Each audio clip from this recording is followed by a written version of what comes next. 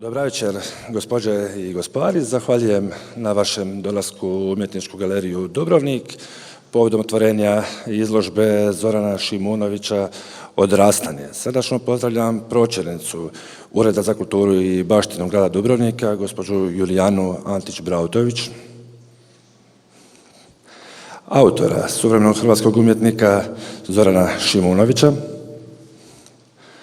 kustosa, autora teksta u katalogu, kolegu ravnatelja Nacionalnog muzeja moderne umjetnosti Zagreb, gospodina Branka Frančeskija.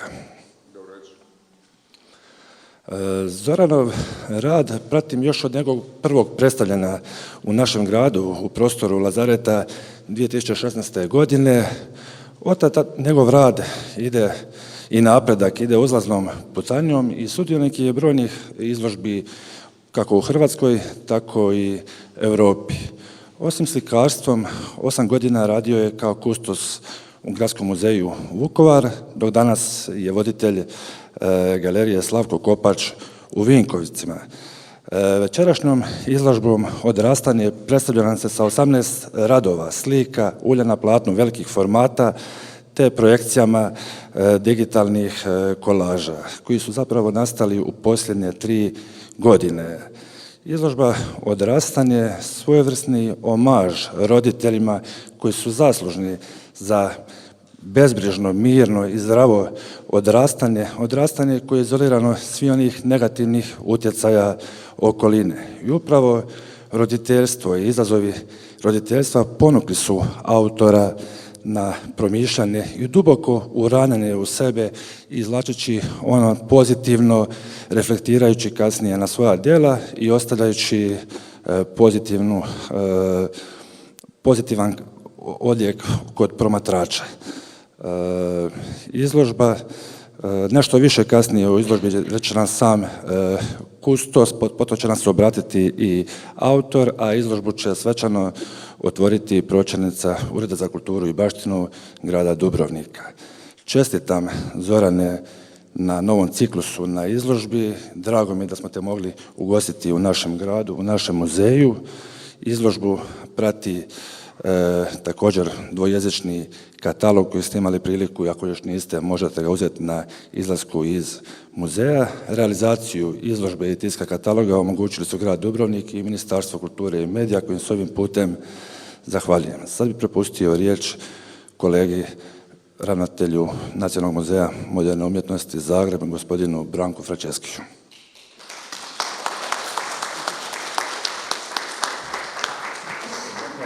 Dobra večer, uvijek zadovoljstvo biti u Dubrovniku, da kako u ovom prekrasnom prostoru i onda još kad se to poklopi sa kvalitetnim slikarstvom i slikama, onda je to naravno zgoditak kao i u ovom slučaju. Kolega Smokvina se dotakao odrastanja, to je naravno proces, svaka umjetnička karijera je proces i neprekidno odrastanje, ali kad već dođete do toga da od karijeri svoje govorite kao odrastanju, znači da ste već odrasli. Ja mislim da Dubrovnik ima sreću što zapravo vidi zreli rad Zorana Šimunovića u nečemu što predstavlja možda prvi vrhunac od, ja vjerujem, vrhunaca njegovog stvaralaštva koji će se i dalje mijenjati i koji tek predstoje. A naravno, on može biti izuzetno sretan i ponosan da svoju prvu muzejsku izložbu već velikog formata priređuje u ovom prostoru koji ne samo da je prekrasan zbog svoje arhitekture, već je riječ o jednoj od najvažnijih muzejskih institucija u Hrvatskoj i to je veliko priznanje i izazov koga on odlično nosi, jer dubrovačku publiku mi sa strane svi uvijek promatramo kao publiku znalaca, jer ovdje su izlagali ne samo naši najveći umjetnici, već i mnogobrojni veliki strani umjetnici, pa ste vi, po našem mišljenju, možda najkultiviranija publika u Hrvatskoj, što znači i najzahtjevnija za svakoga umjetnika koji tu dolazi i predstavlja se. Ja vjerujem da ćete naravno imati sud i o ovoj izložbi. Ono što možda nije toliko važno, ali mi je palo na pamet danas dok sam letio do Dubrovnika, kako smo se mi lijepo povezali istok Hrvatske, jug Hrvatske i sredina, još široki brijeg koji nije u Hrvatskoj, ali je četvrta točka i kako nas zapravo umjetnost, kultura, za razliku od politike, vežu i spajaju. A pogotovo vratimo se mi na slikarstvo koje je danas naravno i večeras u žiži našeg interesa i ono što je mene zanimalo dok sam radio ovaj tekst, a sa Zoranom surađujem od praktično 2019. godine, kad sam se ja vratio u Zagreb i postao ravnatelj Nacionalnog muzeja moderne umjetnosti u galeriji Josip Račić. Zoranova je bila jedna od prvih izložbi koje sam zapravo tamo radio. I odmah mi je bilo jasno da nakon ovog velikog 20. stoljeća, ključnog upravo, rekao bih, za slikarsku umjetnost, jer se dogodila ta jedna velika podjela na figuraciju i apstrakciju s druge strane i u toj dinamici, u tom dualitetu, paralelizmu, zovite ga kako hoćemo, je prošlo cijelo 20. stoljeće. Na njegovom samom kraju smo došli do toga sa snažnim usponom multimedije da je bilo zapravo izgledno da štafelajno slikarstvo kao tako više nema smisla i to je bila jedna od većih zabluda kako se pokazalo, jer odmah nakon toga, već krajem tog milenija, u novom mileniju, štafelajna slika je potvrdila da je zapravo nezamjenjiva, možda i zbog toga što je zapravo osnovni element tržišta umjetnina koje je tada postalo globalno i bujalo. Ali ja koji sam dugo vremena i danas naravno radim, ali kad sam bio mlad u skladu sa svojom generacijom, to više radio sa izložbe i predstavljao multimedijalnu umjetnost, riječ je o energetski potpuno različitim stvarima i u tome je slika nezamjenjiva. Slika otpušta energiju polako i zato je možemo imati u svom prostoru. Video i bilo koja druga medijska umjetnost koja objedinjuje i pokret i sliku i zvuk, ma koliko fascinantna, zamara. I zato je ona postaje jedan veliki problem za suživot u vlastitom prostoru. Slika to nema. Međutim, kako napraviti nešto što je neprekidni zahtjev, a to je nešto novo.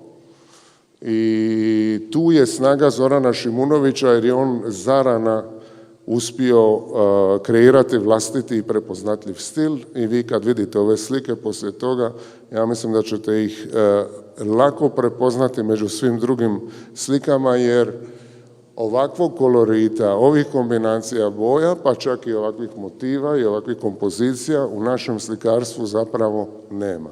I tu se ponovo vraćamo s onim što sam u ovom likovnom dijelu počeo govoriti. Znači, imali smo apstrakciju i figuraciju, potom je početkom 3. milenija stasala generacija mladih štafelajnih slikara, figurativnih, paradoksalno, apstrakcija kao da nikada nije postojala i mi se za nas krećemo u jednom difuznom prostoru koje nije ni sinteza, bome nije ni analiza, čak nije nikakvo promišljanje, više se radi o nekim refleksijama koje često znaju biti zamorne i onda se pojavi slikar koji naravno uspije dosta toga u svom slikarstvu ili većinu spojiti, poput Zorana, koji je figurativan, a opet nije figurativan na način koji uključuje perspektivu, euklidsku geometriju, savršenu izvedbu, blisku fotorealizmu i tako dalje. Njega to ne zanima, on zapravo slika figuraciju s instinktom apstraktnog slikara i između ovih likova koje prepoznajemo, koji su nam svima bliski, s kojima on uspostavlja emotivni odnos s nama i sa sobom i sa slikarstvom, su mnogobrojne slikane partije koje su zapravo rađene na način na koji apstraktni slikari izvode svoje radove.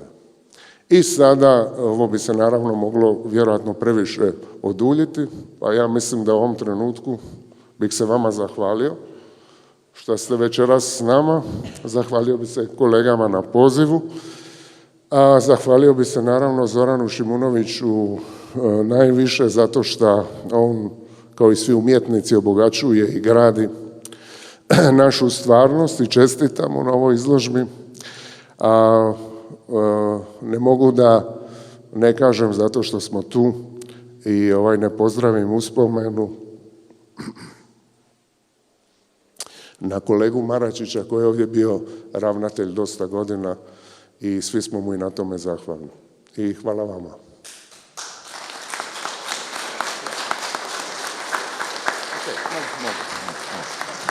Tamo. Može. Evo, lijepi pozdrav svima.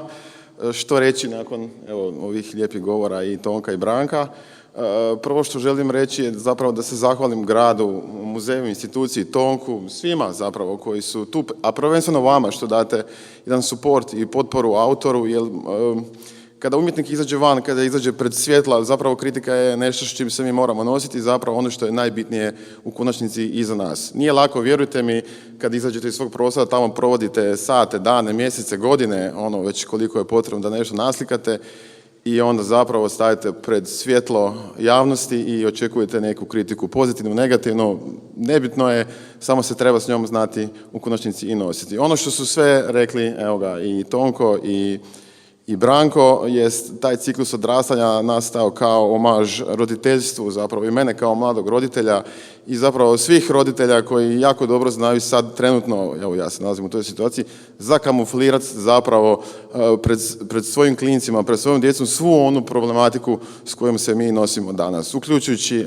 ima jedan baš izašao dobar naslov, ne hranim se gladi, zapravo i ratovi i problematiku ja sam odlučio u konačnici maknuti sa strane i ne živjeti taj život, već uživati ga punim plućima. I to želim i vama i želim da to osjetite na radovima i to je zapravo ono što je glavna poruka svega ovoga ovdje.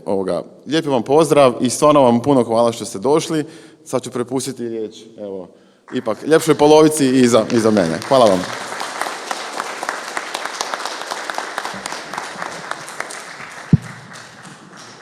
Hvala lijepa. Dobro večer svima. Sve vas lijepo pozdravljam u ime grada Dubrovnika i dakako u svoje osobno ime i drago mi je da smo se ipak skupili u jednom pristojnom broju na otvorenju ove prekrasne izložbe koja uistinu slavi radost življenja i ulijeva optimizam. A vjerujem da ćete se svi složiti sa mnom da nam optimizma uvijek treba, posebno u današnjem vremenu kako je Zoran rekao, koje je opterećeno i nepravdama i nesrećama i patnjama. Dubrovnik je uvijek bio grad otvoren umjetnicima, grad koji rado prima umjetnike i grad čiju su kulturnu baštinu ti umjetnici su kreirali. Sve ono što mi danas volimo, njegujemo, poštujemo i što zapravo nas čini onima koji jesmo, je nastalo uslijed neke interakcije s umjetnicima. Ja vjerujem da će ova večerašnja izložba u nama pobuditi neke nove načine čitanja, da će nam pomoći da i mi kao Zoran u svakodnevnim običnim stvarima pronađemo ili lakše pronalazimo ljepotu. Zorane, hvala što si podijelio ovaj svijet s nama već drugi put u Dubrovniku. Sigurna sam da će nas sve inspirirati, nadahnuti, sigurna sam da će tvoja djela još puno godina, kako je to i Branko rekao, nadahnjivati publiku diljem svijeta. Želim zahvaliti gospodaru Branku, od kojeg smo već navikli dobivati prave umjetničke bisere u Dubrovniku i nadam se da će to biti tako i u buduće. I naravno želim i zahvaliti i čestitati i gospodaru Tonku Smokvini i cijelom njegovom timu, odnosno timu Umjetničke galerije na još jednom uspješnom projektu i na cijeloj ovoj uspješnoj izložbenoj sezoni. A budući da imam privilegiju dobiti uvid u izložbene programe nešto ranije nego šira javnost, mogu najaviti da će sljedeća godina biti jednako zanimljiva i uspješna. Hvala svima koji su na bilo koji način doprinijeli realizaciji ove izložbe i veliko hvala naravno svima vama koji pratite rad Umjetničke galerije i koji podržavate umjetnost. Hvala i proglašavam izložbu otvorenu.